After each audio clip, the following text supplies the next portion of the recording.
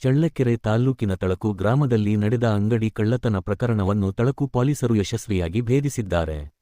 March 4ರಂದು ರಾತ್ರಿ ತಳಕು bus ನಿಲ್ದಾಣದ ಸಮೀಪದಲ್ಲಿರುವ ರಾಜೇಶ್ ಅವರ ಅಂಗಡಿಗೆ ಕಳ್ಳನು ಮೇಲ್ಛಾವಣಿ ಕತ್ತರಿಸಿ ಒಳನುಗ್ಗಿ ಸುಮಾರು 2400 ರೂಪಾಯಿ ನಗದು ಹಾಗೂ ಒಂದು ಮೊಬೈಲ್ ಫೋನ್ ಕಳ್ಳತನ ಮಾಡಿದ್ದಾನೆ.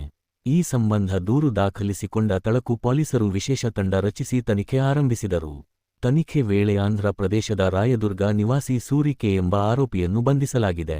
ಬಂಧಿತ ಆರೋಪಿಯಿಂದ 2400 ರೂಪಾಯಿ ನಗದು, 2 ಮೊಬೈಲ್ ಫೋನ್ಗಳು, ಹೀರೋ ಗ್ಲಾಮರ್ ಬೈಕ್, ಕಳ್ಳತನಕ್ಕೆ ಬಳಸಿದ ಕಟ್ಟರ್ ಹಾಗೂ ಹ್ಯಾಂಡ್ ಗ್ಲೌಸ್ ವಶಪಡಿಸಿಕೊಳ್ಳಲಾಗಿದೆ.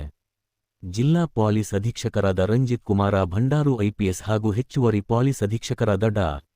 ಆರ್. ಶಿವಕುಮಾರ್ ಅವರ ಮಾರ್ಗದರ್ಶನದಲ್ಲಿ ಚಳ್ಳಕೆರೆ ಉಪವಿಭಾಗದ ಪೊಲೀಸ್ ಉಪಾಧೀಕ್ಷಕರಾದ ಸತ್ಯನಾರಾಯಣ ರಾವ್ ಅವರ ನಿರ್ದೇಶನದಲ್ಲಿ ವೃತ್ತ ನಿರೀಕ್ಷಕ ಹನುಮಂತಪ್ಪ ಎಂ. ಶಿರಿಹಳ್ಳಿ ನೇತೃತ್ವದಲ್ಲಿ ವಿಶೇಷ ತಂಡ ರಚಿಸಿ ತನಿಖೆ ನಡೆಸಲಾಯಿತು. ಬಂಧಿತ ಆರೋಪಿಯನ್ನು ನ್ಯಾಯಾಂಗ ಬಂಧನಕ್ಕೆ ಒಪ್ಪಿಸಲಾಗಿದೆ ಎಂದು ಪೊಲೀಸರು ತಿಳಿಸಿದ್ದಾರೆ.